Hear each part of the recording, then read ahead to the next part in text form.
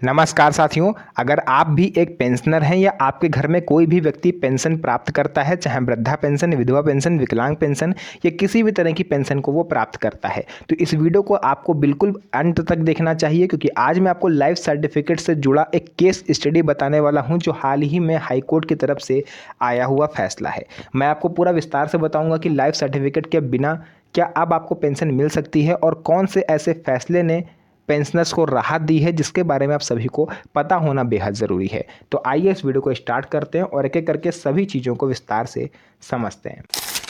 तो साथियों, यहाँ पर हाल ही में मैं ऑनलाइन वेबसाइट पर कई सारे केस स्टडी कर रहा था, जहाँ पर मेरे सामने एक बहुत ही महत्वपूर्ण केस मुझे दिखाई दिया, जो कि अभी रिसेंटली पिछले साल ही हुआ था। उसका फैसला भी आ चुका है, तो मैं उसको स्टडी कर रहा था। मैंने सोचा क्यों ना अपना एक्सपीरियंस मैं आप लोग के साथ साझा करूँ।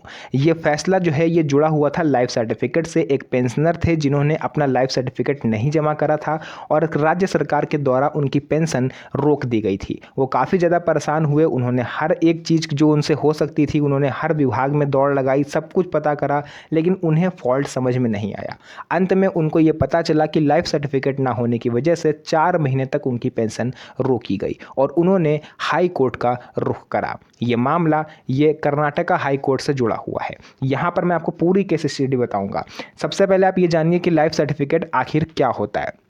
सबसे पहले बिल्कुल आसान भाषा में हम समझते हैं कि जब कोई व्यक्ति पेंशन प्राप्त करता है तो संबंधित पेंशन प्राधिकरण को समय समय पर यह सत्यापित करना होता है कि जिस व्यक्ति के खाते में हमारी तरफ से पेंशन भेजी जा रही है वो व्यक्ति जीवित भी है या नहीं, यह जेन्युइन है या नहीं। क्योंकि कई बार ऐसा देखा गया है, जो सरकारी कर्मचारी या अधिकारी या जो भी होते हैं ऑफिस में, वो पेंशनर्स के फर्जी फॉर्म भर करके उनमें अपना अकाउंट नंबर डाल करके अपने अकाउंट में पेंशन को भरते हैं या अपने रिश्तेदारों की पेंशन भरते हैं।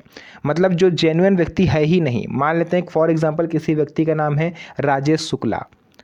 अब फर्जी फ़ोटो लगा दिया, इतनी सारी फ़ोटो अवेलेबल है इंटरनेट पर, फर्जी फ़ोटो, फर्जी एड्रेस, सब कुछ फर्जी।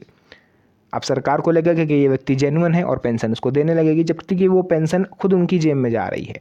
तो ऐसी स्थिति से निपटने के लिए ही गवर्नमेंट ने ये फैसला लागू किया था कि हर साल आपको लाइफ सर्टिफिकेट दिखाना होगा, जो कि ऐसे लोगों को जो फर्जीवाड़ा करते हैं इस चीज़ से अलग करता है।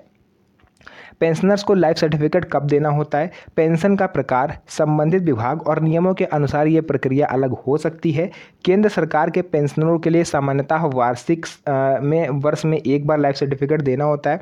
इसके अलावा 80 वर्ष या उससे अधिक उम्र के सुपर सीनियर सिटीजन्स के लिए सरकार ने विशेष सुविधा देते हुए लाइफ सर्टिफिकेट जमा करने की प्रक्रिया को अक्टूबर तक करा है, यानी 1 जनवरी से अक्टूबर तक। इस बीच आप अपने लाइफ सर्टिफिकेट को जमा कर सकते हो, जो 80 साल के ऊपर के हैं। और जो 60 साल के ऊपर के हैं उनको 1 अप्रैल से 30 नवंबर तक के बीच का समय दिया गया है। मतलब आपको ज़्यादा जो सुपर सीनियर सिटीजन है उन्हें ज़्यादा समय दिया गया है अपना लाइफ सर्टिफिकेट जमा करने को लेकर के। तो देखिए, अब हम लोग बात करते हैं हाई कोर्ट के उस फैसले की जिसके बारे में मैंने आपको स्टार्टिंग में बात करी थी। देखिए, जिस व्यक्ति की पेंशन रोकी गई थी वो पेशे से एक वकील थे, एडवोकेट थे, तो उनको नियमों की सारी जानकारी थी। नियमों को तोड़ना मरोड़ना सब कुछ उन्हें बहुत बेहतरीन तरीके से आता था। तो लाइफ सर्टिफिकेट ना जमा कर पाने की वजह से उन्होंने हाई कोर्ट में दलील दी, एक अपील लगाई। और अपील में क्या लिखा था आप सुन के हैरान हो जाओगे, ध्यान से सुनिएगा। अपील में ये लिखा हुआ था कि खासकर बुजुर्ग पेंशनर्स के लिए लाइफ सर्टिफिकेट जमा करना बेहद चुनौतीपूर्ण होता है, क्योंकि कोई पेंशनर जो है वो बहुत बुजुर्ग हो सकता है, किसी को चलने फिरने में परेशानी हो सकती है, कोई बीमारी से जूझ रहा है, अपने बिस्तर से उठ भी नहीं सकता, किसी के लिए बैंक शाखा तक जाना मुश्किल होता है, किसी को लाइफ सर्टिफिकेट की प्रक्रिया की जानकारी ना हो। ये कुछ उन्होंने की पॉइंट लगा करके अपनी अपील हाई कोर्ट में डाली थी, ताकि उनकी पेंशन फिर से चालू हो जाए। हाई कोर्ट ने इस पर सुनवाई करी और हाई कोर्ट ने इस पर क्या आदेश दिया, ध्यान से सुनिएगा। इस मामले में पहले सिंगल जज के सामने चुनौती दी गई। सिंगल जज ने चुनौती को स्वीकार नहीं किया। उन्होंने कहा ये मामला सुनने योग्य है ही नहीं। कोर्ट ने यह माना कि लाइफ सर्टिफिकेट की आवश्यकता का उद्देश्य फ्रॉड और रॉन्ग पेमेंट को रोकना है, यानी सरकार की मंशा ये है कि किसी फर्जी व्यक्ति को पेंशन ना चली जाए। ऐसे में अगर आप ये दलीलें दे रहे हो तो इसका मतलब या तो आपने फ्रॉड करा है या तो आप पेंशन के लिए एलिजिबल नहीं हो, क्योंकि सरकार आपसे हर महीने जो है लाइफ सर्टिफिकेट जमा करने के लिए नहीं कहती है। सरकार आपको 8 से 10 महीने का समय देती है, जैसा कि मैंने अभी स्टार्टिंग में बोला। 60 साल से ऊपर की अगर उम्र है तो 1 अप्रैल से 30 नवंबर, है ना।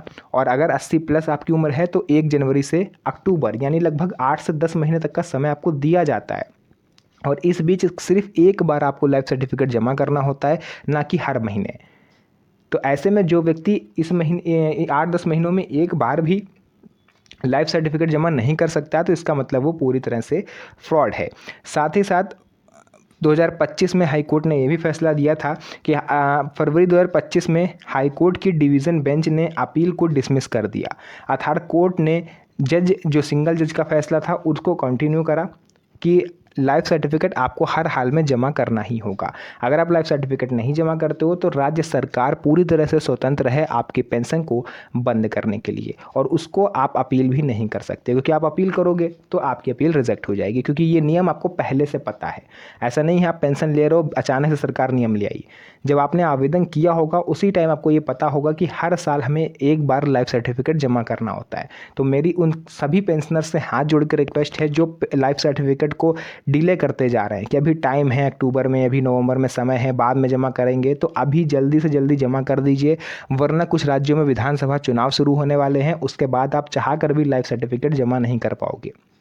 एंड हर बार की तरह आपकी पेंशन फिर से रोकी जाएगी, आप फालतू में का परेशान हो गए, इसलिए जो भी काम करना है उसे फ़ौरन कर डालिए। क्या लाइफ सर्टिफिकेट पेंशन का अधिकार ख़त्म कर देता है? ध्यान से सुनिएगा, इस मामले को समझने में सबसे महत्वपूर्ण बात यह है कि लाइफ सर्टिफिकेट खुद पेंशन का अधिकार ख़त्म नहीं करता, यह केवल एक वेरिफिकेशन मैकेनिज्म है। यानी सरकार या बैंक यह सुनिश्चित करना चाहते हैं कि जिस व्यक्ति को पेंशन दी जा रही है वो वास्तव में जीवित है और पेंशन पाने का हकदार है। इसलिए लाइफ सर्टिफिकेट की रिक्वायरमेंट को कोर्ट ने एक वैध उद्देश्य से जुड़ी व्यवस्था माना है। लेकिन बुजुर्ग पेंशनर्स की परेशानी का क्या, जो कोर्ट बैंक जा नहीं सकते, है ना, गंभीर बीमारी है, उनसे बिस्तर से उठा नहीं जा रहा है, तो यहाँ कोर्ट ने एक महत्वपूर्ण प्रैक्टिकल एस्पेक्ट भी सामने रखा। बुजुर्ग यानी जो भी बुजुर्ग हैं जिनका भी लाइफ सर्टिफिकेट जमा होना है, उनके लिए लाइफ सर्टिफिकेट जमा करने की प्रक्रिया अनावश्यक रूप से कठिन या बोझिल नहीं होनी चाहिए। वो अपने नज़दीकी बैंक में एक कॉल करें तो बैंक से कर्मचारी आकर के घर पे उनका लाइफ सर्टिफिकेट जमा करे। ये व्यवस्था अब आपको बैंक की तरफ से मिलने जा रही है, डोर स्टेप वेरिफिकेशन। अब आपको बैंक जाने की लाइफ सर्टिफिकेट के लिए ज़रूरत नहीं है।